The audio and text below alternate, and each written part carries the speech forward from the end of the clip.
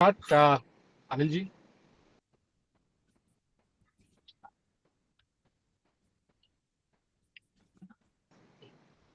1 second, Judge Saab, 1 second. Anilji, should we start? Jaijit Saab is asking.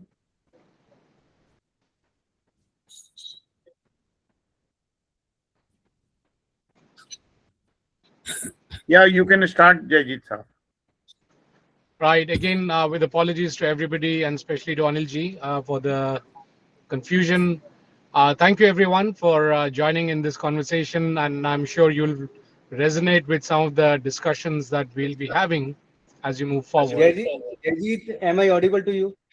Yes, you are. Yeah. Okay, so let me first, my honor to introduce you, Dr. Jaijit Bhattacharya. Just 1 minute I'll take from all of you.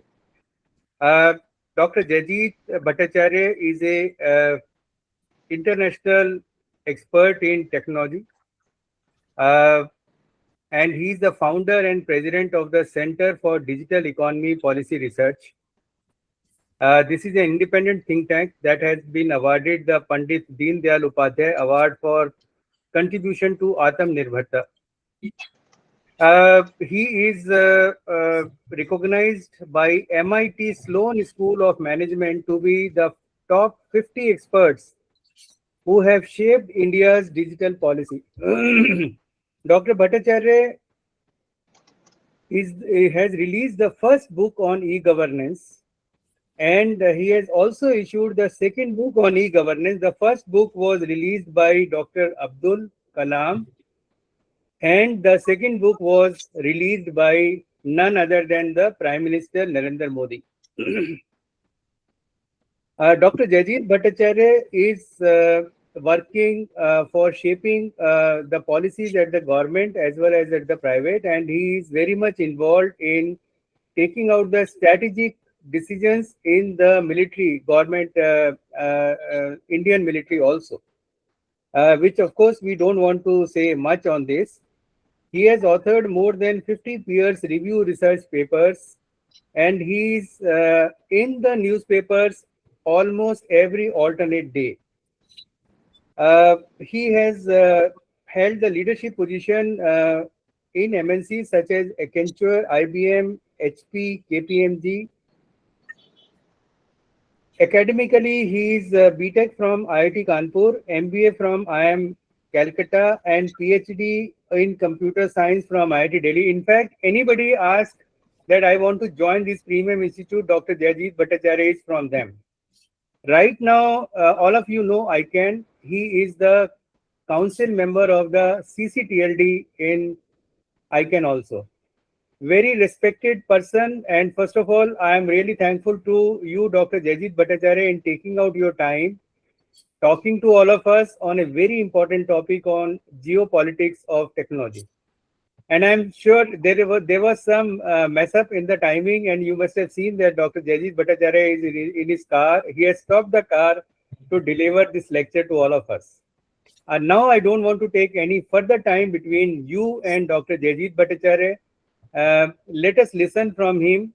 And sir, I request you to kindly wrap up your discussion in 40 minutes so that we can have ample time for the question answer session, because the audience are very knowledgeable, highly experienced, and you will get a lot of great questions from all of us. Over to you, Dr. Jaijit Bhattacharya. Thank you, Anilji, and thank you for the kind words. Really appreciate it. And again, one more time, apologies for the mess up on the timings. With that, let's start the conversation on geopolitics of technology. This is, in fact, a presentation that was created about 20 years back. And it's still, if not as relevant, more relevant than what it was 20 years back. So with that, can we move to the next slide, please? So, fundamentally, we need to ask that what does an adversary want? When they attack or they, send an army over, like what we have seen happening in Iran, what is it that they are really looking for? One is that they want to, obviously they want to enrich themselves. When the Mongols came in, when the Ghaznavids came in, when, whoever attacked in the world, they did so for taking away wealth. But that was the first phase. We had the looters coming into India, taking the loot and running away.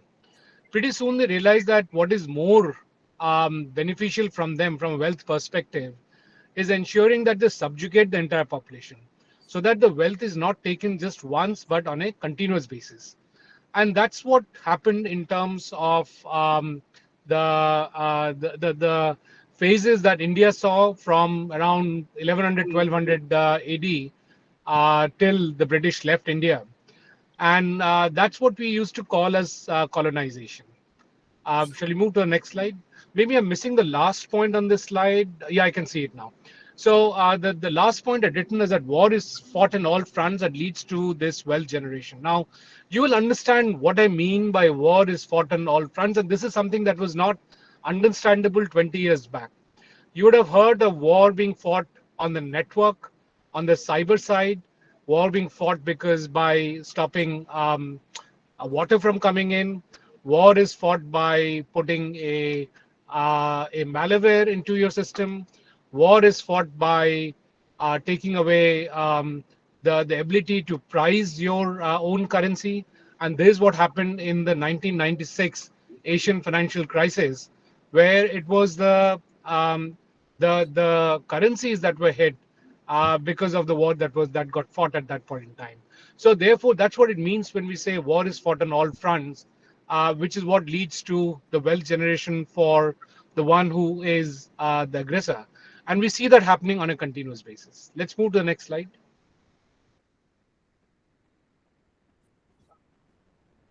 So then the next question is that when we say that war is fought to increase wealth, what is really wealth?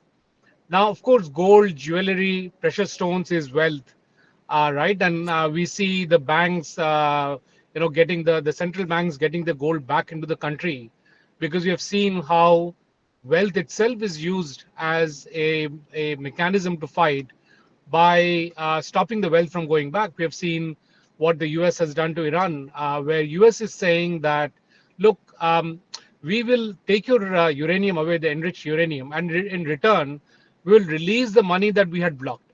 So it is that I'm letting you have your own money, but I'll take your uranium away. That's the kind of framework that we are seeing being repeated again and again. Now, more importantly, beyond gold, jewelry, and precious stones, the real wealth is technology, because with technology, you can convert all of these into usable products. So without technology, the gold is useless, jewelry is useless, because you can't really turn it into anything which enriches our lives in that sense. So what is technology?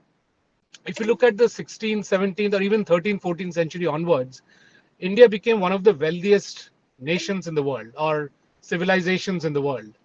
We didn't become the wealthiest civilizations by exporting vegetables to Europe.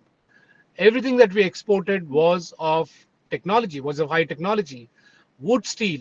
You would have heard of Damascus sword, which was like the intel inside of all swords. So without wood steel, you could not build Damascus sword. So the wood steel would come from South India and from parts of Sri Lanka, would get shipped to the rest of the world, and they would make these steels, which could then have be durable in the battle. And what was really unique about wood steel is the fact that it was steel to begin with, which means that it had flexibility. It was not iron. The rest of the swords were being built by iron. Wood steel had carbon content in it, and therefore it was quite perplexing for the rest of the world. How can high carbon steel become that flexible? I wish I could look at you and talk to you, because I wanted to know how many of you have heard of Kalaripattu. So Kalaripattu is the mother of all martial arts. Kalaripattu came from Kerala, south of India, and one of the princes from south of India went to China to the 36 Chambers of Shaolin movie you would have heard. He set up that temple. That Shaolin temple was set up by him. He taught kung fu and all these martial arts. But what Kalaripattu has, no other martial art has. You have seen the whip sword of Kalaripattu, where you have this metal sword which is like a whip which goes around, and one wrong move and the person who's driving that sword can be cut into two. Now, why is it that the rest of the world did not have the whip sword, whereas the mother of all martial arts, Kalaripayattu, had that?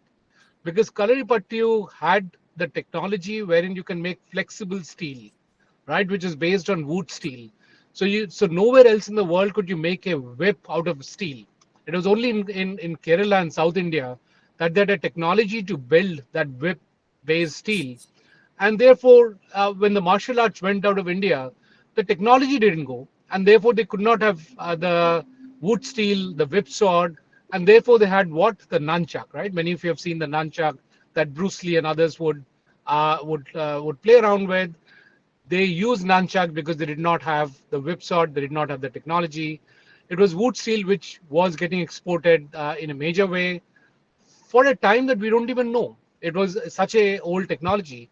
And finally, in about the 18th century, it was taken to Europe. They tried to work it backwards, they couldn't figure out. And eventually it led to steel, which we see in the modern world. And that's where we earned a lot of money. If you look at sugar, for example, you would have heard of the word sarkara. In fact, sarkara, sakkar, shakkar, sugar, they're the same root word. It comes from Sanskrit, sucre in French, and so on. And so that's how the word went. So sugar was invented in India, and I'm talking about the crystalline sugar. And for a long time, the Tang dynasty in about 620, 630 kept asking Harsh Vardhan, who was ruling the northern part of India at that time, that please give us your sugar technology because we're getting drained buying sugar from India. And then obviously Raja Harshvardhan never agreed to it. So the Chinese sent a marauding party of 3,000 people down the Gangetic Plain. They butchered a whole bunch of people, caught hold of those who were manufacturing sugar, and then took them back to China. And guess what we call sugar now in northern India? We don't call it shakkar, we don't call it sakkara, we call it chini. Because then the Chinese started exporting it back at such huge levels that we started calling it chini. Um, you would have heard of the term misri, where you got crystalline big sugar. Now that came from Egypt, and that's why it came from Misra, so it was Misri. And so the source of where a large amount of that product comes, the product gets named after that. But sugar, and you can see the source of the name sugar, which is Sarkara, it all came from India, but we lost the technology. And we were making, zinc, shipbuilding, calculus, trigonometry. I can go on and on the technologies we made, how we trace it back. In fact, shipbuilding is very, very unique. Um, Most of the large ships in the world were being manufactured between Surat and Bengal.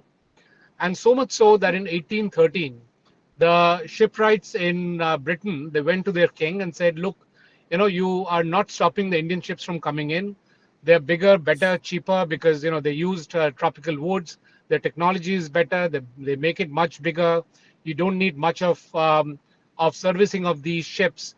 And so, pretty soon we will die of hunger because, we can't compete. But when your Royal Navy needs fixing and repairs, you won't find us around. And therefore, in 1813, the British passed a law saying any ship which is manufactured in India, even if it has a British flag, will have to pay extra taxes for the goods it carries. And that disseminated half of the shipbuilding between Surat and Bengal. And I call that the first Atmanirbhar Britain step. They wanted to make sure that they're Atmanirbhar. So they did not say, oh, let's bring cheaper ships from India, which are better, and let's increase our business in Britain. No, they made sure that their shipbuilding, even if it's more expensive, even if it's poorer quality, is promoted. And then they put a limit. They said only ships below 500 tons will have this rule. Ships above 500 tons will not have this rule. Why is that? Because the British could not manufacture ships above 500 tons. Their competition was ships below 500 tons, and therefore half of the shipbuilding in Surat and Bengal survived. 2 years later, they came out with another rule saying um, no Indian ships will be allowed in the transatlantic trade. And what was the transatlantic trade? It was essentially slaves being taken from West Africa.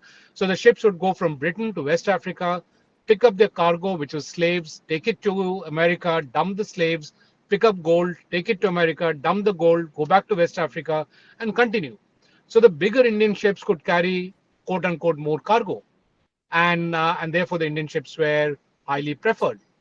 But um, the British ships were getting disadvantaged, and therefore they stopped using Indian ships, and they passed a rule saying no Indian ship will be used.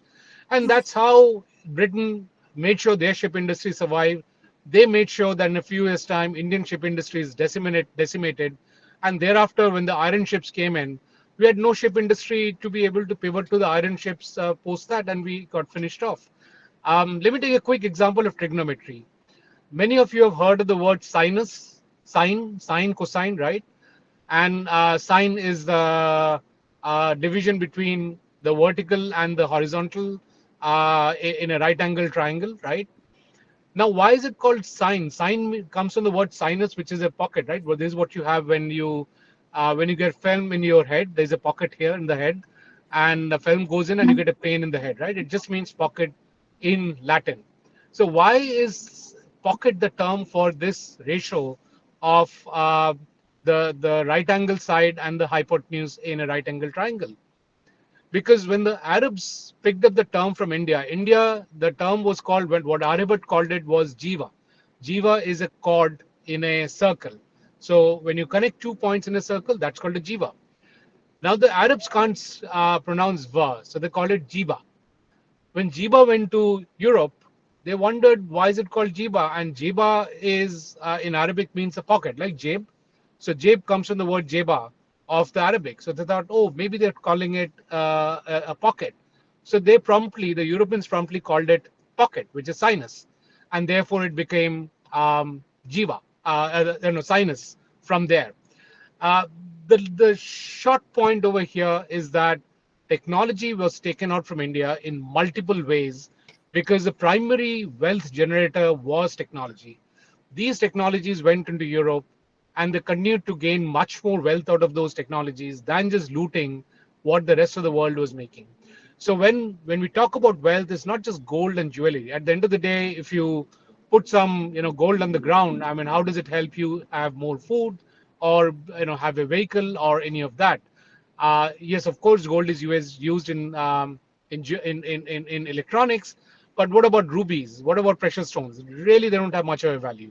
It's only when technology steps in that you get instruments or you get outputs which are extremely valuable, and therefore that's what we need to keep in mind when we talk about geopolitics of technology. It is extremely critical to control technology in order to ensure that you got a higher share of the wealth that's produced in this world. Next slide, please. So therefore, in 2005-6, I redefined what colonization is in order to explain what's really going on. So, very often people would think colonization is what the British did to India. No, fair enough, they did that. But colonization continues till date. India, along with many of what is now popularly called the Global South, is colonized in multiple ways. So what I did was redefine colonization in terms of disproportionate extraction of economic benefit from an area of influence through manipulation of the rules of engagement through either force or deceit. And there are various forms of of colonization. But let me explain what I just said, because every word over here has a deep meaning. So what do we mean by through manipulation of the rules of engagement? Take an example. When Rani Jhansi fought because she violated a rule, she was trying to put a boy on the throne who was not her biological son. She violated a rule, so she should have, been put aside.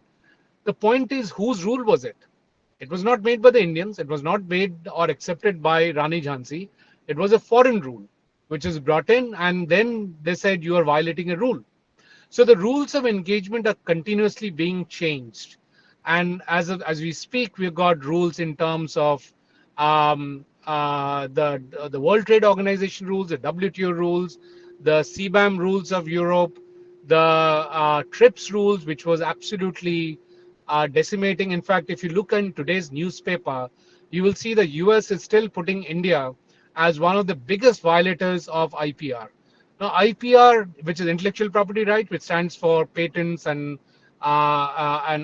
copyrights, that is what TRIPS upheld. TRIPS stands for Trade Related to Intellectual Property Rights or something like that. It is essentially trying to protect patents and copyrights as a ways to differentiate those who came in first and those who had control over technology. So when the West stole technology from India, then they put patents around it. In fact, I skipped talking about zinc, which is very, very interesting. Zinc is a extraction of zinc is very, very critical because with pure zinc you can make high quality brass, and high quality brass would shine like gold. It was called the fool's gold, and therefore to be able to create that you would need high quality zinc to be extracted. And extracting zinc is very difficult because the moment it melts, in a few degrees more, it starts evaporating. So India had created the technology to be able to extract zinc. And that technology in the 16th century was first stolen by the Chinese. In the 17th century, it was stolen from the Zaravo mines by the British. They went ahead and patented it. And when Hindustan Zinc Limited was created in the 19th century, in the 19th century, it was then given on a royalty basis a license to Hindustan Zinc Limited to be able to extract zinc from the same place from where they stole the technology. So that's what the issue of patents and copyright says.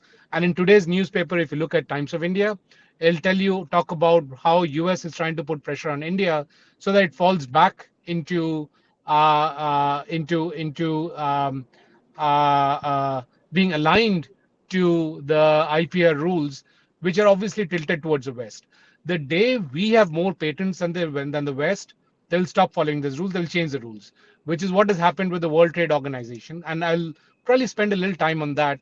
But let me come to the next point.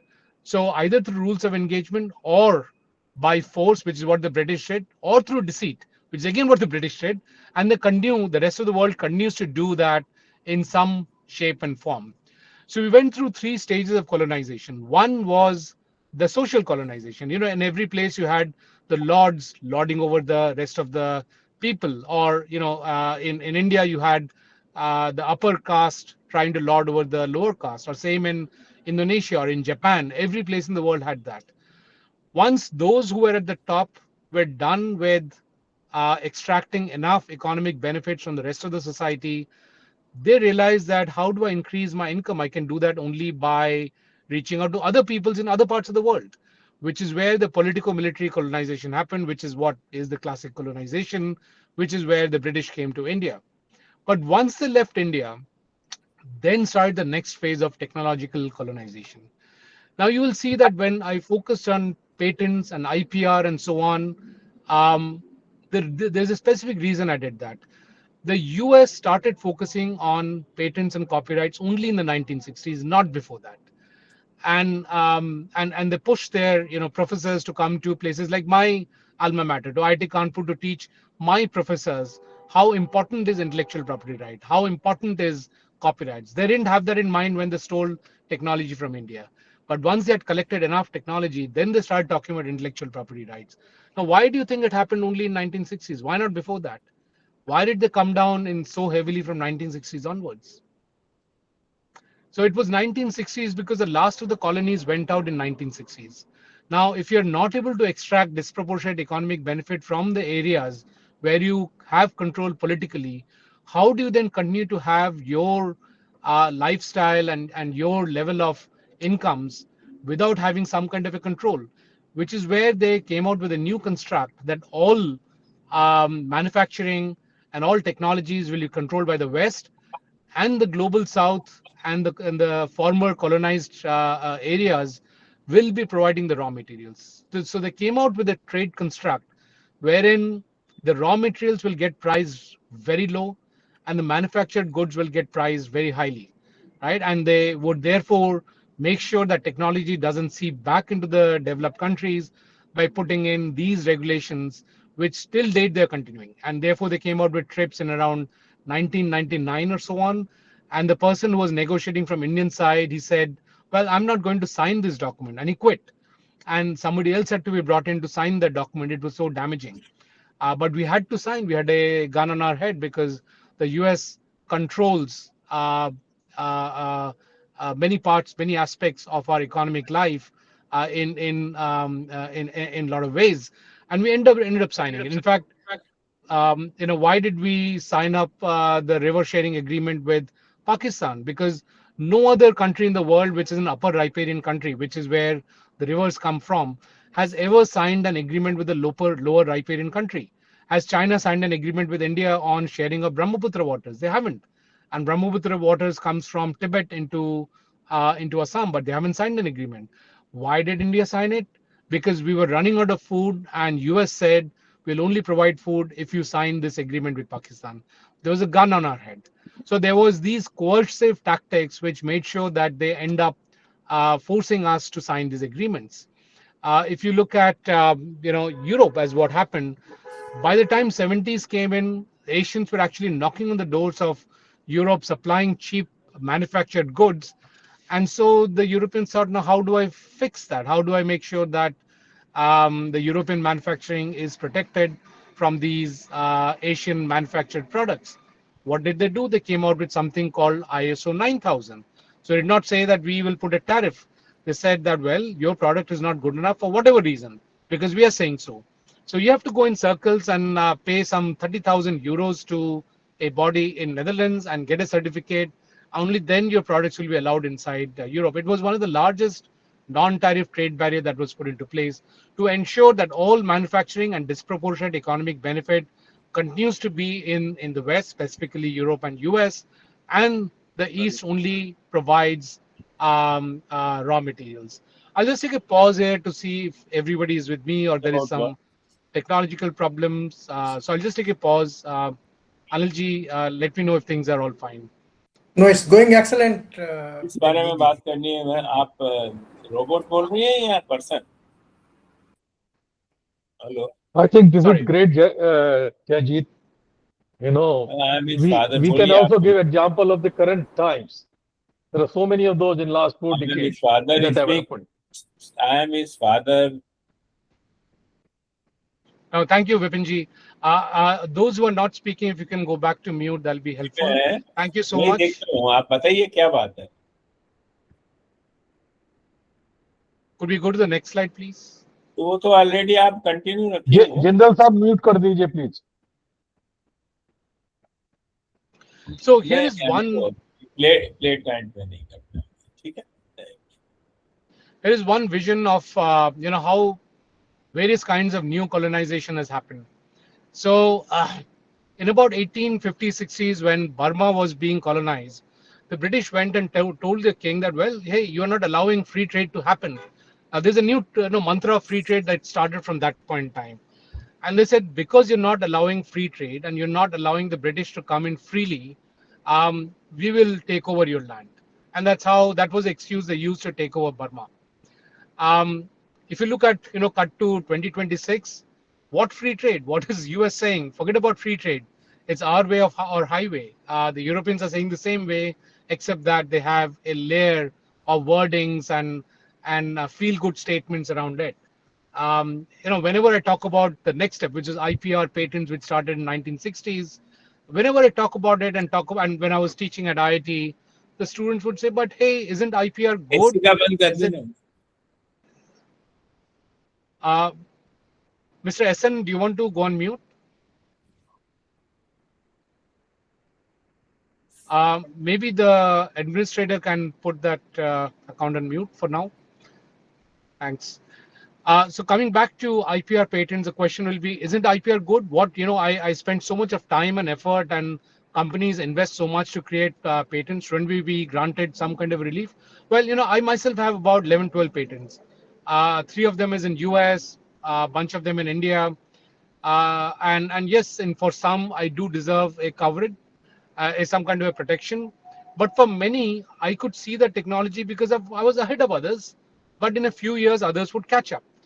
And the way I would explain it is that, well, it's like Edmund Hillary went up the hill, Mount Everest, and because he was the first one to go up, he says, I have the right to put up a chungi every 2 kilometers, a toll gate, and those who are coming after me has to pay me a tax because I was the first one to go up.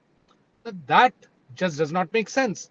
If Intel is making a chip, obviously they will know more about chip than anyone else. So if they go ahead patenting everything, then when will an Indian or a Vietnamese or a Sri Lankan ever be able to make a chip? They'll never be able to make a chip. And this is what happens when entire ecosystems are controlled by the West. And this is before China broke into the club, because they realized what's going on and they ignored this entire issue of IPR and patents, which is why the rest of the world is very pissed with China, because they said, hey, look, we are not going to fall into this trap. You stole our technologies, we are free to steal your technologies. What happens in an ecosystem is, let's say, a smart engineering student comes out with a better prefetch queue in a microprocessor. Now he may eventually get a patent. Now keep in mind that it takes $25,000 to file an international patent, and there's no such thing as an international patent in that sense. You have to go to US and file the patent. You have to go to China, Japan, Europe. So the cost just adds up, and that's how you get your international patent. It's only recently that we have got some changes in those rules, but not digressing into the details of it. Essentially, if a kid is able to get $25,000, he or she may be able to get that patent. Post that, what do they do with that prefetch queue? The rest of the process is controlled by the US, by Intel or by Qualcomm or whoever else, and therefore what typically they'll come back and say is that, hey, why don't you give me that patent of yours? I'll give you 10 patents in return. What does this person do with the 10 patents? They can do nothing, because they don't own the ecosystem. And therefore the latest technology is not the best technology. Latest technology is what the existing ecosystem allows to be the latest technology. If Intel decides, or Qualcomm decides, or whoever, Nvidia decides that they will not allow this piece of technology to come in, that technology does not exist in this planet. Then it's not there, because they have not allowed it to be expressed, and which is how technology was getting controlled. In fact, typically the technology clock would tick in November, when because everything would be prepared for the December Christmas to come in, and therefore right from the processor to the network to the operating system to all the stack, everything would move forward, and anyone who bets incorrectly then loses out. So that's how IPR and patent was being used to stop technology from going into the developing countries. Same thing in a more perverse way was being used in pharmaceuticals. If any molecule was there, they knew the negativities of the molecule, but they would wait for the patent to get over. The moment it becomes generic, then they will come out with data showing how the previous molecule is so dangerous that please don't use it. And here is version next of that molecule. This is the molecule to be used, and here is a patent. Or they'll make some very irrelevant changes to the molecule. It's called greening of the patents. And then they would say, now I need patent on it, and this molecule is far superior. In fact, if you have seen, you will that very recently the weight loss molecules have lost their patents. So a whole bunch of Indian companies have jumped in. I can guarantee you that in the next 6 months there will be research papers coming out saying how harmful these molecules are, and then the existing companies who had come out with the previous molecule will come out with the next molecule saying that's much safer, don't use the old ones, right? And that's how technology starts getting controlled. And then we had the ISO 9000 that I talked about, and other the non-tariff barriers, NTBs, and then came TRIPS, which said that if you don't follow intellectual property rights, then you will be penalized in terms of trade. So India had to fall in place. Our product-based patents moved into process-based patents, which had a huge impact on our pharmaceutical industry. WTO came in. Now WTO is very interesting. This is how the global South is now pushing back. So China pushed back by saying, well, your intellectual property right, you're welcome to have it. We don't recognize it, and they violated every single intellectual property right. Until date, they continue to do so. In WTO, when the US realized that they are losing out, they made sure that they hobble up WTO, they sabotage it. So there is no appellate authority in WTO, because US has not allowed that appellate authority to be functional. So at the end of the day, you can't really take anything against the US to WTO and win that case. And so India kind of started using that. If you recollect, about 10, 12 years back, India was nowhere in the scene of production of mobile phones, right? We were nowhere. And now we are number 2 in the world in mobile phone production. How did that happen?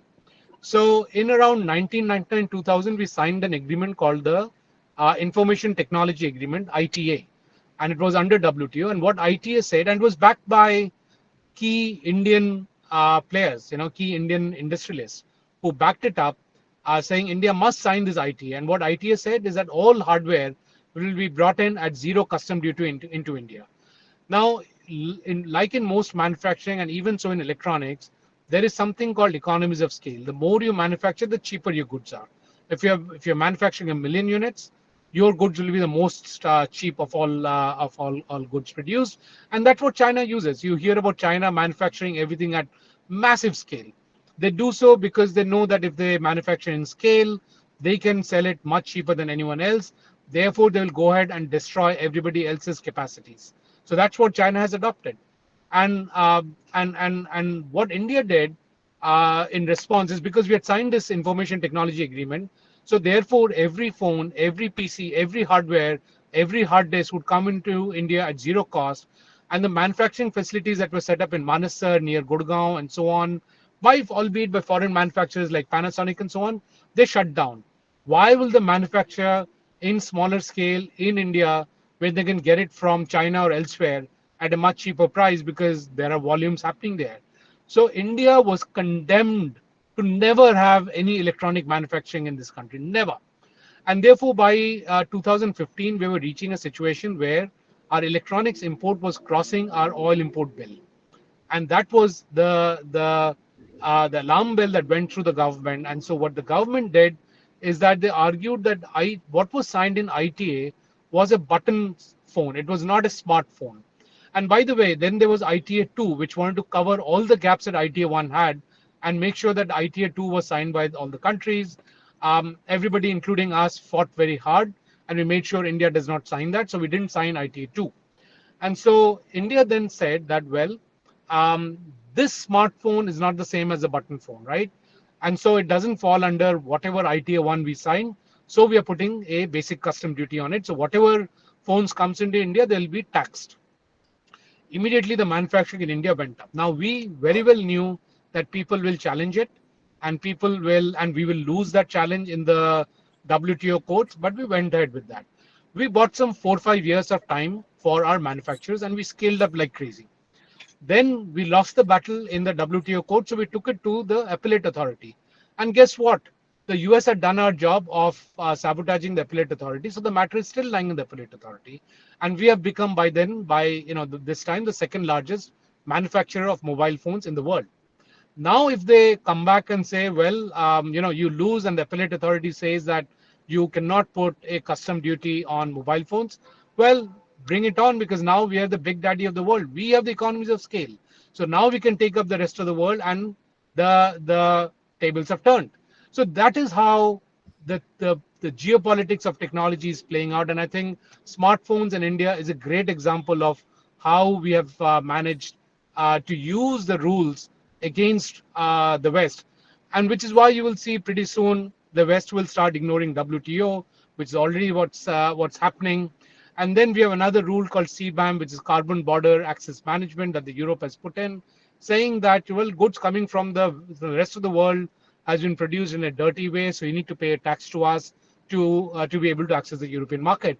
See, every 20 years they'll come out with something new. First ISO, then TRIPS, then there's ITA, then there's CBAM, and they'll keep doing it, but they're losing it. At the end of the day, all the resources are in the global south. You've got human resources, you've got raw materials, you've got critical minerals, you've got the sun, so we get cheap electricity, and so on and so forth. But there will be very harsh measures being used to make sure that the global south stays suppressed. How else will, quote unquote, the productivity gain will happen in the West? Can you imagine the per capita income in the US is 80 lakh rupees? I mean, how can one person generate 80 lakhs of value on an annual basis? You can only do it if you're stealing from somewhere else. And that is how the global trade structure has been put into place, where disproportionate wealth moves from the global south to the global north in what we are calling as neocolonization. The foundation of neocolonization is technology being controlled by various people. And Therefore, also you would see the geopolitics of Taiwan in that sense. I think all of you are aware that the only reason Taiwan is surviving is because they are the capital of semiconductors. If Taiwan goes under China, or in a war that might ensue between China and Taiwan, the capacities in Taiwan gets decimated. The rest of the world is kind of finished. There'll be no airplanes flying, there'll be no cars going, all of that gets stopped. And that's how Taiwan is able to buy its freedom as we speak now. That may change in the future. Next slide, please.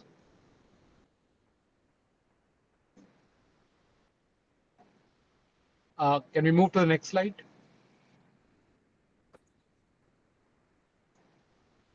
Thank you.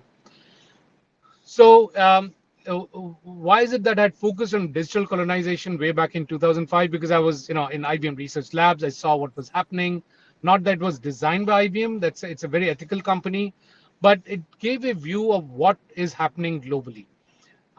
Intellectual property was getting created in terms of patents and so on and so forth.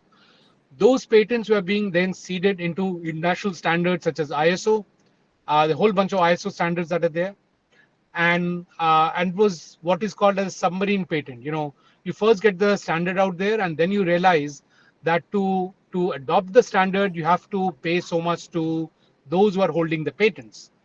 And everything that we're talking or we have around us has got standards built in. The fact that there is an Android phone with a certain screen and my voice is getting carried over to you is all based on hundreds and thousands of standards that is built in.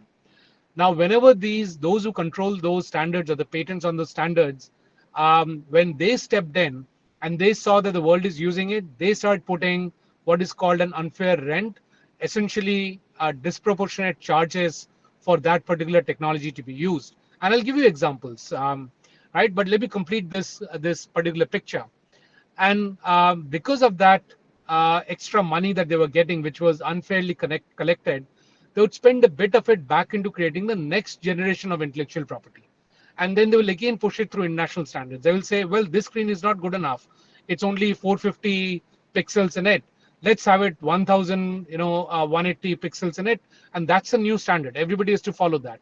So if anyone has caught up with the old standards, they'll be thrown aside, and then the new standards will come in. Or, you have been using spreadsheets and presentations and word processing since forever, since 1995, 96. But every 2 to 3 years, somebody comes and tells you your laptop is obsolete. Now, why is it obsolete? You're doing the same thing. Who made it obsolete? Who put in the extra code? Who made sure that you are pushed into the next standard? You need it or you don't need it. And that's how the unfair rents are being captured. Let me take another example. In fact, I think I may have covered it in the next slide. So let me go to the next slide and take a few examples of how this is getting played out. Harsh, if you could go to the next slide. No, so I don't have it. So can you go back to the previous slide? And I'll just take an example. You'd have heard of DVD players. Now, DVD players has a standard called MP4. Again, something that most of you have heard of. So any first-year engineering student doing computer science or electrical engineering will know how to use MP4. They can create a rival standard. There is no rocket science in it. It's just that MP4 became a standard, and there were 500 patents on MP4 between a Dutch company and a Japanese company. So when the Chinese started manufacturing DVD players, they were selling for about $120. And the Japanese and the Dutch came down to China and said, hey, you need to pay us $20 for every DVD players you manufacture. So at $120, they parted with $20. And pretty soon, if those who were traveling to US in 2000, 2001, they would have seen on the shelves of Walmart and Target these DVD players selling for about $40. So out of $40, $20 was being given to the Dutch and the Japanese. Out of the balance $20, about $18 was the cost of components, and about $2 was the profit that was coming to those who are putting the sweat and labor. So half of the value was being taken away by a set of people, and all they had done was put in a pattern, and they were sitting back and collecting half of the value that was being generated. It's pretty similar to saying Edmund Hillary went up the hill, and therefore every 1 kilometer, 2 kilometer, he puts a chungi and starts collecting tax. For what? And that's what was getting played out. And then what will happen is they'll come out with the next generation of video format, and then again they'll push it as a standard. Then again others will start using it, and then again they have to pay a monopoly rent on it because the standards and the patents are being controlled by these companies. There's nothing great about these standards. Let me, in fact, one of my favorite patents that I saw in India by one of the largest tech companies was that they had put in a switch off button on the keyboard. And in those days, there used to be PC, not too many laptops. There's a PC and a keyboard.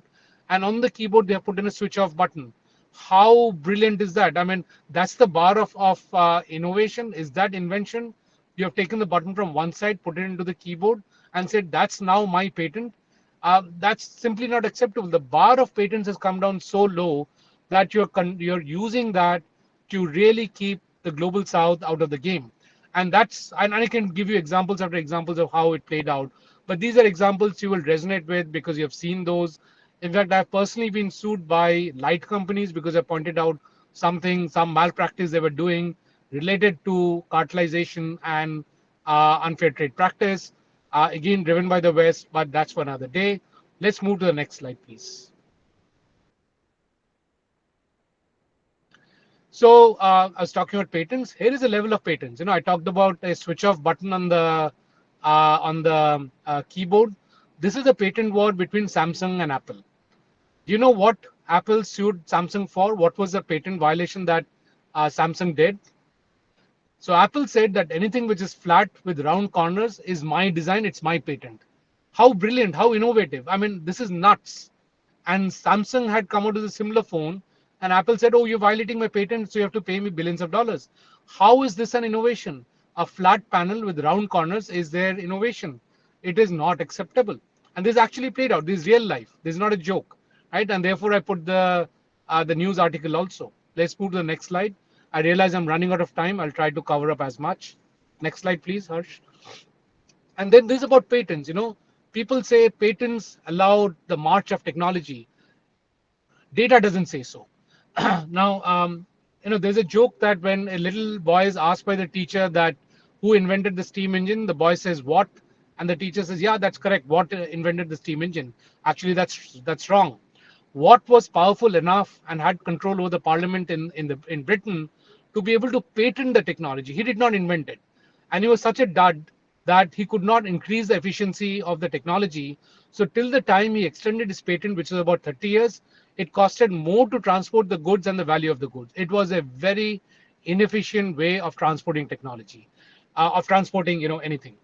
And so when the patent expired, all the engineers put together something called a lean engine reporter, which was an open source journal where the engineers kept putting their ideas very, very freely. And then the efficiency of the steam engine went out. And keep in mind, steam engine and bessemerization, which is the steel making process, were the two pillars of industrial revolution. So industrial revolution would not have happened if patents were in place. It's only because patents went out that industrial revolution happened. Those of you who are in computers would know that the cutting edge technology is made in free open source, and then the company starts copying it. And that's a great example of how patents does not really mean innovation is happening. There are nuances to it, and therefore taking the excuse of patents and beating down the global south does not have any data backing to it at all. Let's move on. This was the example of the Indian ships I was talking about, and please go ahead and search it. It's there in the archives of the British Parliament, so you will know it's all true. It's not being conjured.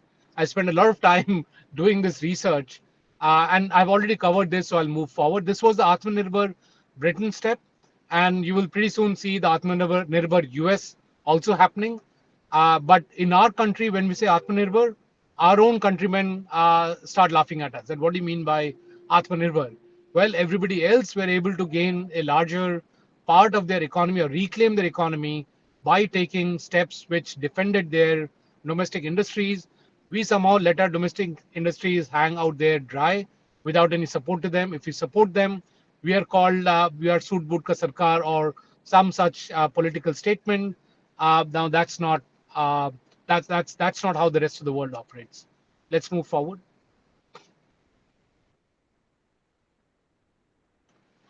So a quick comparison of then and now.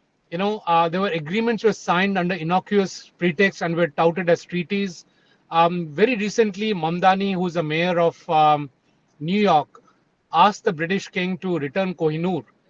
Now, if you all know, Kohinoor was given to the British under a treaty signed by a 10-year-old Dilip Singh, who was the Maharaja of Punjab at the age of 10. And do you think somebody at the age of 10 can sign a treaty? All our modern regulations and rules and legislative basis says that unless you're 18, your agreement is null and void ab initio. So the Kohinoor should be returned straight away. So there are many such treaties, and you will see that's happening even now. Our river deal with Pakistan signed under pretext, and then you would have generals of the army were being paid off. I mean, that's how we lost the Battle of Palashe, which is called the Battle of Plassey, where the general was paid off by money borrowed from India only. From an Indian state, the money was taken, paid off to the general, and that's how militarily they won it. Well, the Indian military still says that was not a war that was fought, so you can't say the British won it because it was a non-war. Some people from the colonies were co-opted into the system. Remember the brown sahibs, which were Indians behaving as Brits, and they were co-opted in order to do what the Brits wanted them to do. And in all cases, the local economy suffered immensely. Now, all of this is getting replicated as the rules of engagement keep getting tweaked. You will have economists coming in and saying, oh, India is being protectionist. Let's bring this down. Let's bring that down. And you will see the imports from China is shooting up. Every time we do not impose an anti-dumping duty in India, there is a shooting up of Chinese imports happening. And the reason it's given that we should not impose anti-dumping duties because it said it's protectionist. Anti-dumping duty is a trade remedy. It is put in when it is detected that the exporter is putting a lower price in India than in their home country. It's a trade remedy that is WTO compliant, but we don't put it. And the US comes and tells us that we are being protectionist because when they put the anti-dumping duty, they put it at the rate of 632%. They put 632% against Indian melamine, whereas India puts 5 to 7% as our anti-dumping duty. And we can go on and on how the system gets geared up or gamed up by various foreign adversaries. And the other thing that you must keep in mind is that if you look at any conflict that happens, like the recent Iran conflict or the Russia-Ukraine conflict, both the militaries try to bomb the other person's factories. Because if they bomb the other person's factories, then they're not able to manufacture, they lose the technology, and they have to be dependent on foreign producers, and therefore they will also not be able to fight a war. But what's happening in India and rest of the world for that matter is that the bombing is happening without the bomb being thrown. Simply the prices of those goods are being brought in to an unrealistic level. They wait till the local capacities get shut down and then they increase the prices. And that's how India has lost a whole bunch of capacities. If you look at Financial Times, which is a European newspaper, it says that between 2024 and 25, the rate of closure of chemical industry capacity in Europe has doubled. And that's doubled because China is now playing the game that the West was playing. China is decimating the capacities in the rest of the world, including in India. And all of these points that you see in this slide is getting repeated again and again in India and in the rest of the world. India is not unique. It's rest of the world and in India. Next slide, please. So here are multiple examples. I took the DVD example. Where has all of this happened? LEDs. Let me take just one example. Wi-Fi versus WAPI. Wi-Fi is, and I'm taking this example because this is when China woke up, right? Wi-Fi is a standard for wireless LAN, right? And it was invented in that sense in the Hawaii University because the university was spread across multiple islands. They needed to connect them through radio, and they came out with the technology. Many universities, including IIT Kanpur, had their own standards. And in China, there was a standard called WAPI. So the Chinese said, well, let's make WAPI a national standard. And then they came out with a rule saying every Wi-Fi product made in China must have WAPI built in. This is about 2004 I'm talking about. And that led to 20 rounds of discussion between Madam Wu, who was the vice premier of China, and Dick Cheney, who was the vice president of US. At the same time, Jaswant Singh and Steve Talbot, who were both junior officials, had 17 rounds of discussion on the nuclear deal. So a small standard called Wi-Fi and WAPI had more discussions between much higher level officials than a nuclear deal. And this is because US realized pretty soon that if they allow WAPI to come in, then pretty soon Chinese standards will take over, US will lose out, and that will be the point where, in a point of inflection, will China will become a technological leader. Now, China backed off because they were playing a larger game of getting into WTO. They realized that if they get into WTO, they will be able to rip apart the entire global trading system, which is what they did. So they stepped back. They did not push with this WAPI thing. At the end of this 20 rounds of discussion, they got into WTO, and then they realized that what is it that the game that the West is playing, and they said that in the next 15 years they will become the global leaders in technology. And I don't need to say where China is at this point in time. Let's move forward. I'll go a little quickly. This is what I was talking about. Wu towards US to grant market economy status. You see the square I've put over there, WAPI wireless network. That was the core of the discussions. So I've already covered it. Let's move forward and look at the date, 2004. That's when they realized that the government, that the US is playing tricks, the West is playing tricks, and they took a pledge that in 15 years they'll become the global leaders in technology. By 2020, nobody is disputing that China is one of the leaders in technology. Next standard, the next step, the next slide, please. And you see what happened. China emerges as global tech innovation leader. China efforts to control their technology, competition China on technology and innovation, and so on and so forth. Next slide. I'm going a little fast. There are many stories within it. And this is an article I wrote way back in, I think, 2007, India's feeble claims to digital sovereignty.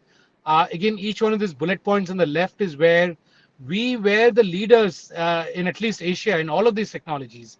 And we lost those technologies. We ourselves shot ourselves in the foot. This denial of technology by Motorola. The Motorola 81001 processor was a microcontroller which was needed in our tanks. Motorola said it's end of life, so sorry, we can't give it to you. Indian government said, please, in the name of the Almighty, our tanks will become rust if we don't have this processor. Please give it to us. And Motorola said, get lost. We can't build 500 more processors, 100 more processors. If you give us an order of 1 million, we'll build it. Otherwise, we'll not. So the Indian government went to C.D. Pilani. Long story short, again, it's a really long story. C.D. Pilani ended up building the processor, and then they had to take it to Silicon, and they went back to, at that time, Department of Electronics, which doesn't exist anymore. It has become MeitY. Department of Electronics and Wisdom said, well, Motorola has come back and approved that they will give us their processors because we begged really hard. So they gave us the processor. So we don't need your processor. So don't waste money sending it to Taiwan for manufacturing. So the folks who made that design from C.D. Pilani said, fine, we spend so much of time and effort. Can we at least teach our universities of how to build a real processor? Some of you who are electronics engineers would have opened up the book, read whatever a processor is, but none of you, including me, know how to build a processor, right? Because the books doesn't teach much. You need to make it to have the technology. And the government's response at that time was that we don't know who owns Taj Mahal. We can't give the Taj Mahal away. This is government property. Lock it up and keep it. And that was the death of our own indigenous processor. I'm talking about 1970s. I'm not talking about the recent past. Each one of these bullet points have huge stories behind it. I'll skip it for now. I'll move forward. Television is such a tearjerker technology. We were the leaders in Asia. We controlled that technology. The first television in Indira Gandhi's home was from C.D. Pilani. It was a black and white TV. We didn't allow them to build the color television for 1,07,000 rupees, which was the fund that they needed to build it. So in the interest of time, I'll skip it and move forward. Next slide, please, Harsh. These were, our activism. Obviously, I look much younger at that time. This is a 24-year-old picture. And we tried to push the fact that we need to control standards as simple as word processing. Every time you put something in Word, it is your data controlled by Microsoft. You can't open it with anything but Microsoft, and which is where we push for open document formats for the government to use. Again, a long story. In the interest of time, I'm skipping it. Let's move forward. And so what does US do? How does US respond? In 1791, Hamilton, one of the founding fathers of US, came out with a report called Report on Manufacture. He looked at Europe, which was a shining, manufacturing base, and he says, look, I mean, Europe was a shining manufacturing base, and US was agricultural, slave-driven economy. He said, well, US will not go anywhere unless we look at what Europe is doing. That was like the dot-com boom, and he said, let's put our industry into manufacturing. And that's how they put the drumbeat. The US pushed, the government pushed for the private sector to step in. And then they said, we need to have control over over telegraph. So US became leaders in telegraph. Then they said railways. US become leaders in railways, and so on and so forth till it came to semiconductors. And US continues to put its entire, by US I mean the US government, puts its entire force behind its industry, working as one. The industry and the government works as one, unlike in India, where the government believes that the industry is an adversary. All domestic industries are chores, and I've heard that firsthand multiple number of times. That is now not how industry is treated in the rest of the world.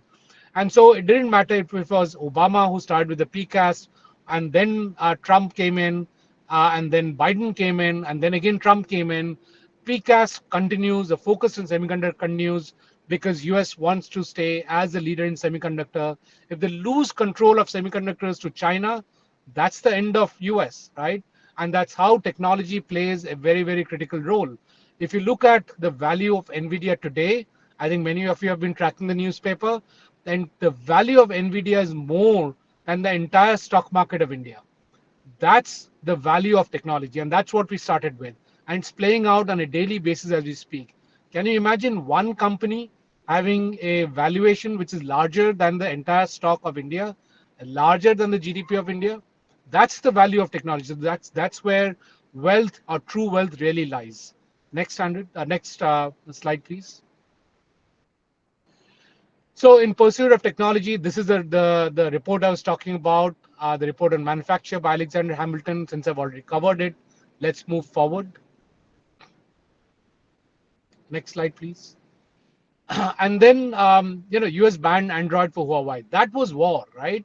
You deny technology means you're finishing off 3 to 4% of Chinese economy, because Huawei was contributing to that much of Chinese economy. What did Huawei do? They went ahead and created their own operating system, and it's becoming the standard. Most of Africa is using Huawei Honor phone with the Honor OS built in into it, and that's the war that's being played out, and which is why war is multidimensional, and technology is a very critical dimension of war. In the olden days, you would have forts being built up. Now you have technology used, and the trenches are dug into your smartphone, into your smart TV, into your equipment, and when needed, like what you might have seen today, there was a beep that came in, there was an alert that came in from the Indian government, that came from the Indian government. But your phone is being controlled by other governments, and they can control and do things which are not under your control, like what happened today in terms of the disaster drill alarm that came in. The same thing can be done by other countries. Next slide, please. So we had PayPal banning WikiLeaks after the US government intervention. Imagine we are in 2010, we are dependent on PayPal, MasterCard, Visa for our entire e-commerce. And then US says, well, I don't like India, I'll ban MasterCard and Visa, which is exactly what they did with WikiLeaks. They made sure that PayPal, MasterCard, Visa, none of those mechanisms can be used to contribute to the WikiLeaks person. And that's where the world woke up. That's where we went ahead and started putting in RuPay cards and our own payment system. And the same thing was done to Iran. They were denied all of these facilities because the technology was being controlled by US companies. If you look at India now, of course we have the UPI stack, but who is controlling UPI at the last mile? Are you using a BMAP? Very few of us use BMAP. We're using GPay, controlled by the US government. We're using Paytm, which at one point in time had huge amount of Chinese investments. We have Amazon Pay, again under the US government, and so on and so forth. So you see, willy-nilly, we end up seeing the US getting very deep into where they can control our economy, and that is what is going to be used as a leverage in future. Next step. In fact, not just that, if a general's daughter is spending in a certain way, that is known to the US and to the Chinese and to everybody else. That gives them a leverage that they can use against these very critical people in India. I see a bunch of hands. Shall I pause and take the questions now? Or I've got, I think, 1 or 2 slides. I can finish them and then come back. Let me just finish and come back if that's fine with everybody. Now I kind of covered the WikiLeaks issue. Let's move forward. Jaijit, am I audible to you? Yes, you are. Yeah, I think you close it, sir, and then we can take up the question answer. Yes. Thank you. Again, I talked about our payment systems. I've covered that. Let's move forward. PhonePe is also controlled by Americans. It's under Walmart. Therefore, you see GPay, PhonePe, Amazon Pay. Those are the main payment systems we use, all controlled by America. Paytm was being controlled by the Chinese for some time. Let's move forward. This is a 2008 news article. As I said, this presentation is very, very old. And in 2008, India had detected that Huawei was stealing data from India. And we haven't still, at that point in time, we didn't do much. It's only now that we are pivoting into a made in India 4G, 5G systems. But this is a 2008 problem, if not earlier than that. Next step, please. Next slide.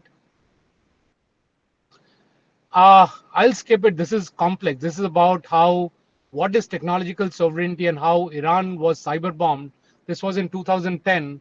The cyber bombing, which led to physical destruction, was as pivotal a moment as the bombing of Hiroshima and Nagasaki.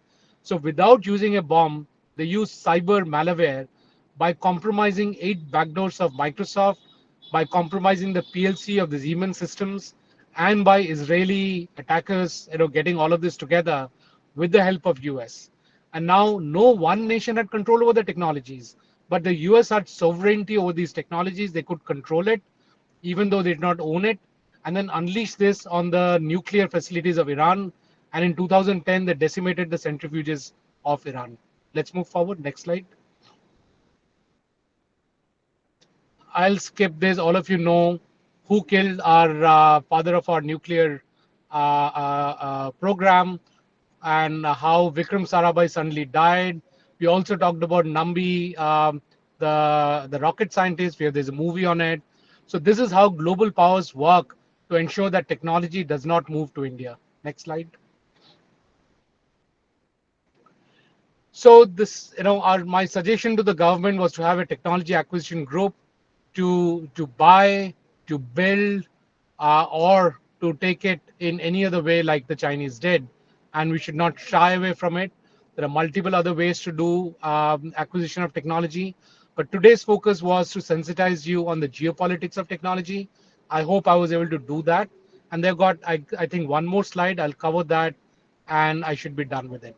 Now, here is where Hanuman, who was naughty when he was a kid, he had swallowed up the sun, and he was cursed that he will forget his abilities.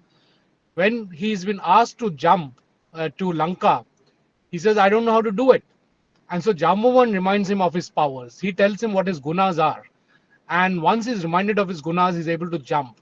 The message essentially it is to the younger delegates in this conversation today that all of you have the power. You have the gunas to jump.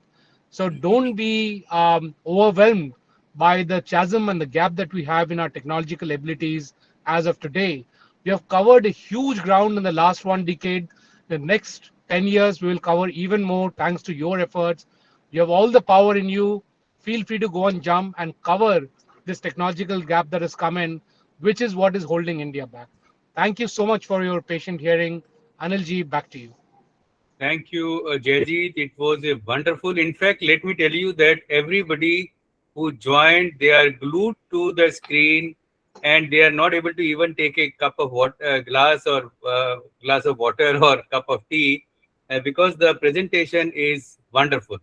Now, because we are already 20 minutes ahead of the schedule, we have hands, so we will take with the suggestion, with the request to all the participants, we'll take 4 questions. The first is from Mr. Rakesh Mehrotra. Rakesh, be short and focus. Oh, Over well, to you. many thanks, Dr. Bhattacharya. It's a really wonderful presentation. It reminded my old days of Science Museum curator. And you covered the history and all those things. But again, here, everything is right what you are saying.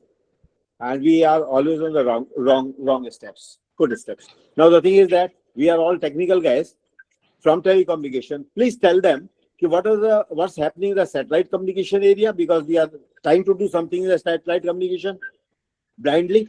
We are doing something in the internet. We have done something wrong in the internet. We are in the traps, and now we are getting into artificial intelligence. So if we can enlighten the persons what the threats are, then perhaps the things will be much easier to able to understand that. Thank you. What you asked is a 3-4 hour response, and all of us are aware of the responses. But let me just go back with your permission. I'll skip it just in the interest of time, but I'll say something else. That in 1999 in Mehrauli, CDAC CDOT had already tested the 2G network, right, and was the wireless network.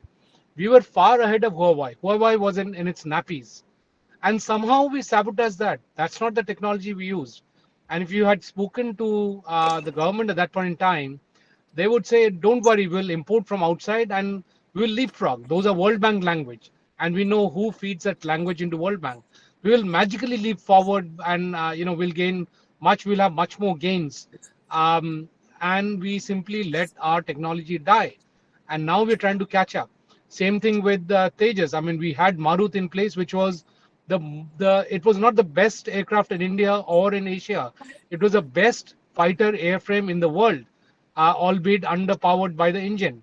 We didn't have enough political will to go ahead and build a good engine, and we killed our abilities to create a fighter plane and have that legacy and the ability to continuously create new and better generation of airplanes. Keep in mind that the 1965 Pakistan war, the Marut had a key role to play in it, in spite of being underpowered, because the airframe was so superior. So I'm skipping the question in the interest of time. I hope you'll excuse me on that. But these are backgrounds that we need to keep in mind. And the question really meant that we are making those same mistakes as we move forward. Thank you, Jaijit. And I request all the audience, in case they have further questions like Rakesh, please email it to us at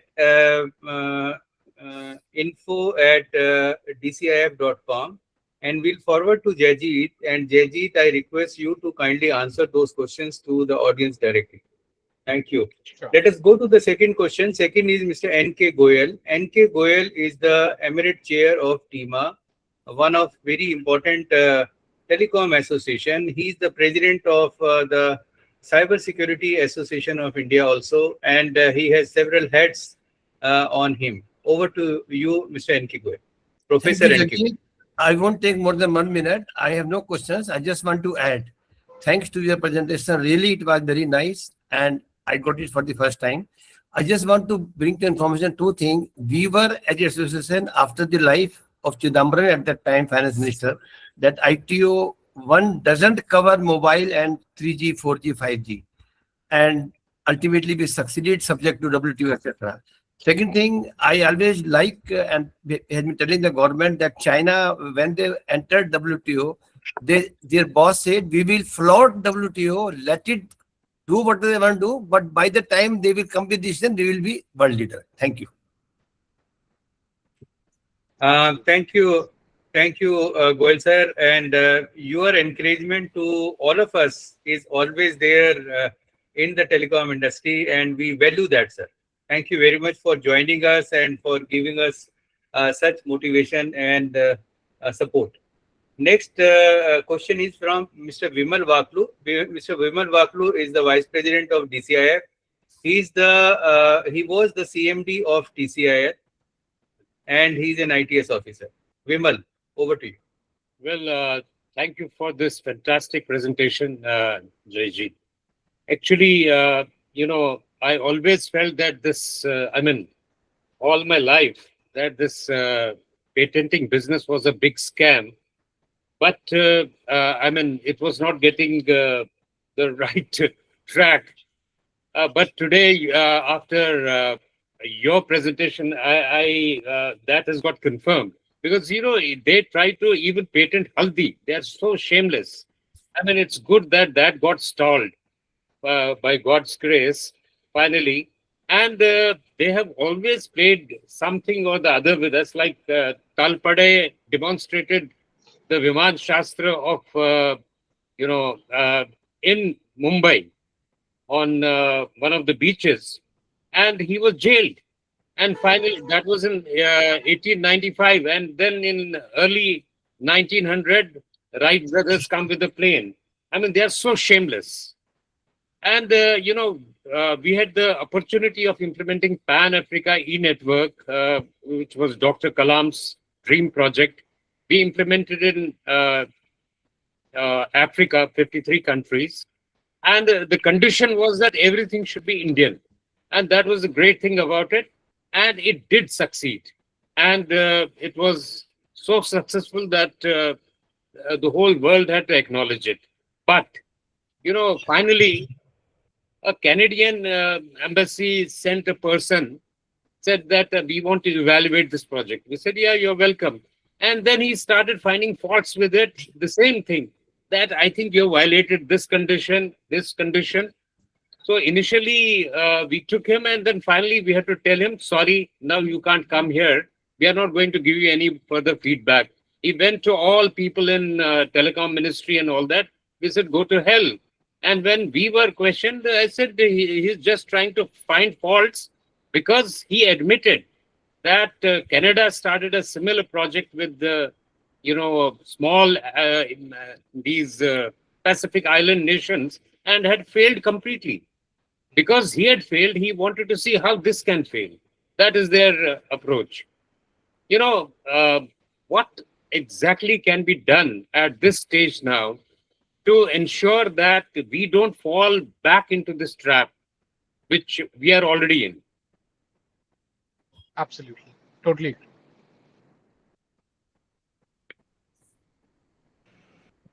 Anil, back to you. Thank you, Vimal. I think it was endorsement of what Jaijit has observed. And as I said initially, Jaijit views are very open, very balanced. He is not pressurized by anybody, whether within India, outside India. And I value him for several years since we met and we know each other. So thank you, Vimal. Thank you very much. Now, next question is from Vipin Tyagi. Vipin, Jaijit, he was CEO of CDOT. We know each other very well for a long time. Right. And he was youngest CEO and CMD of a software company called Network Incorporation, who was developing several software for the telecom industry. I think he was at the age of around 32, 33. And he is now leading the technology committee of DCIF also. Over to you, Vipin. Fantastic. I think, I'm overwhelmed by the presentation, frankly, because this is my biography. Okay. And I'll tell you what. Let me begin, because I will not take more than 2 minutes or 3 minutes. So I will give you bullets. The thorium reactor. I worked on command and control system on that. 40 years. We took 10 years to build the country's first computer in ECIL, Department of Atomic Energy, Tata Institute of Fundamental Research. When we completed it, it got into a lot of the public sector unit like LIC. It started gaining momentum. Suddenly, Data General comes and dumps the new technology and closes everything which was there. And we didn't understand that. The Teleprinter Exchange, AMSS, proliferated in army, navy, everywhere. And suddenly one day, the technology was given by somebody. They didn't give it till the time we were developing. But the moment we reach that critical threshold, they will build it. CDOT, they were reserved to rural exchanges, and after putting the first one, like you said, 2G, 3G, standards, 1M, 2M standard. CDOT was pioneer, and the alert that you talked about, it was introduced by my team along with the member technology Prabhat Singh at that time. And that's what is resulting now into all of this. Then, the GPON, 100,000 villages have it. And suddenly they come back and say it has to have router, which is MPLS router. And we have our own router as well, but we have to build it all over again. So God only knows. I can share with you some of the secret things that we have done for the army and in Corps of Signals, but it hits very badly when these strategies are played because they are in know of everything. Everything that we are talking today, everything that we have done, entire geopolitics of technology is not understood so deeply as it actually hurts us. India. That's what I wanted to say. I can go on, but I have to limit the time. Thank you. Thank you, Vipin. I think Jaijit has touched your heart and where the things were there. And it is a reality which very less number of us, they are aware about this. The next question is from Ajay Agrawal. Ajay is the chair of a company called Ariswara. He had a long-standing employment with Ericsson. He was heading the Southeast Asia on the post-contract management, and very dear friend of mine. Ajay, over to you. You are muted, Ajay. I know that you are so awed by the presentation that you forget to touch your button also. Over to you, Ajay. Thank you so much, Jan sir. And thank you, Dr. Jaijit. It's amazing perspective which you have shared. And I'd like to tell you that individually, I used to think that IPR has to be complied with, but the baseline has to be changed. Now I'm with you. That it has to start from the beginning, how it is there. There have been multiple examples which you have shared. I don't want to go into this now. Just one point is just there that UPI, which you just touched, is an Indian technology. We have taken the India by storm. Very simple, efficient, worldwide being used. But now just you said that it is being controlled, the last mile is being controlled by all the foreign companies. Whose fault it is? And what can we do to ensure that this remains under the control of Indians? That's all. Why are you calling me? Over to you. I think. Thank you. Thank you, Jaijit. Thank you very much. And the last question is from NK Goyal again. NK Goyal, sir, over to you. Sir, it's not a question, it's a request to Anil and also to Mr. Bhattacharya. We will request for one more of his time to address the persons who are concerned in the DPIT, Commerce, PMO, Niti Aayog, DOT, etc. Thank you. Sir, you have taken my words from my mouth. Goyal Sahab, in fact, I wanted to request to all audience to have another session with Jaijit. Wonderful session. Jaijit, no words for the presentation and dedication which you have shown to us. And I must say that you have opened up the mind of the technocrats who are listening right now. And some of us are definitely helping government also to formulate the policies also. I think that will help. So thank you very much. Now, let me request my boss and my mentor, Kuldeep Goyal sir, to present a vote of thanks. Over to you, sir. Sir, please unmute yourself. Kuldeep Goyal sir. Thank you, Anil, for requesting me for the great honor to thank him. It was really a wonderful presentation. We never realized the geopolitics of all that IPR, WTO and all is so great that it controls everything. It's really a great learning for us. We were all in, I was CMD BSNL, we were already but just looking after the company and technology. But the geopolitics which plays there, we didn't bother. Of course, we only managed at most the politician above us who used to try to interfere or control. But it's a great game going on, which you told. So really, it was a very wonderful presentation. And I would request that we have one more presentation from you on these aspects. So really, thank you very much, Jaijit, and Anil, and all the people who joined. Again, I hope they all learned a lot from that. Thank you, Jaijit. Thank you. Thank you so much for your kind words and the kind comments. I deeply appreciate that. And thank you, Anilji, for convening this particular meeting. Thank you so much. Jaijit, one more question has come from our Vice President, Mr. Satyan Gupta. Satyan, over to you. Oh, thank you, Anilji. And let me congratulate Dr. Jaijit. Actually, it was great listening to you.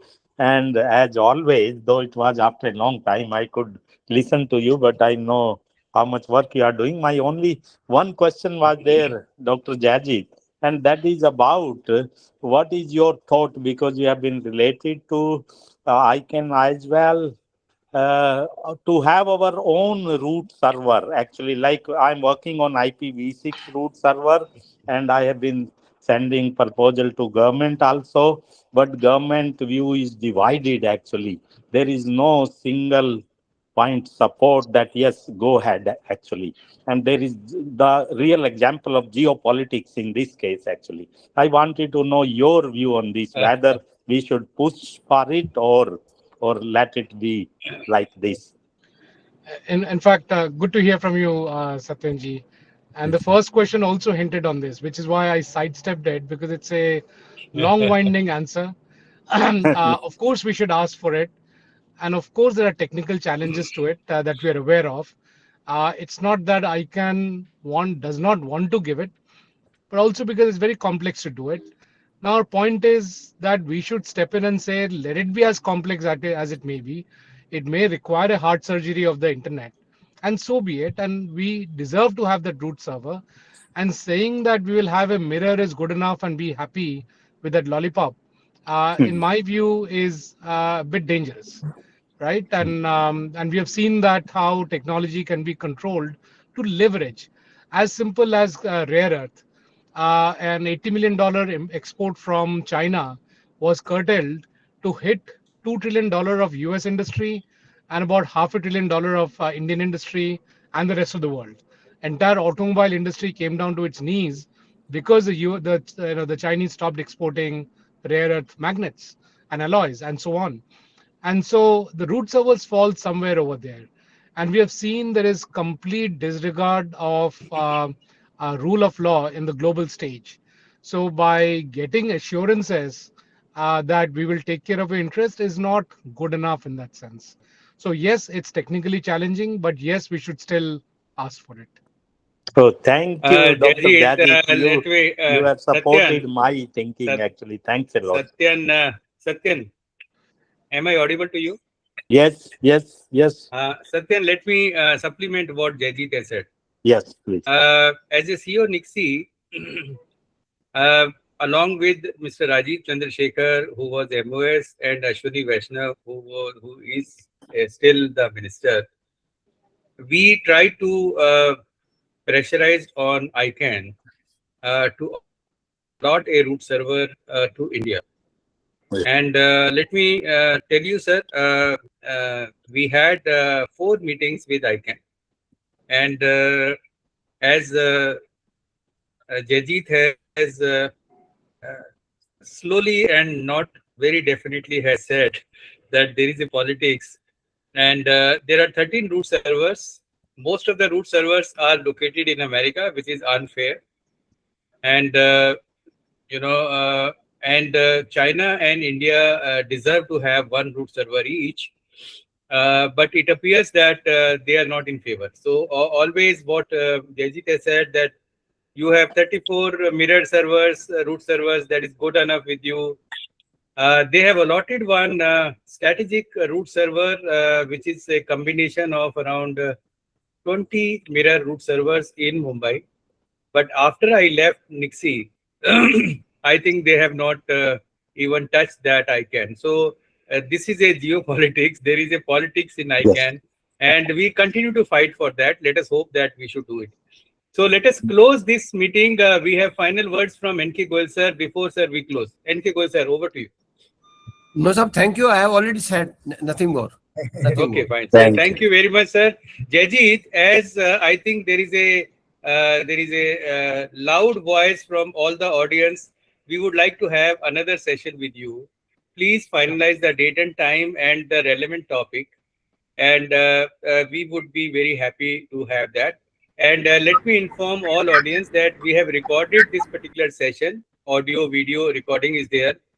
And shortly we will be putting on the YouTube for the benefit of those who are not able to join, and also for the benefit of those who have joined to understand what they have not understood well from Jaijit. So please enjoy that. Finally, in case you have any questions from Dr. Jaijit Bhattacharya, please write to us.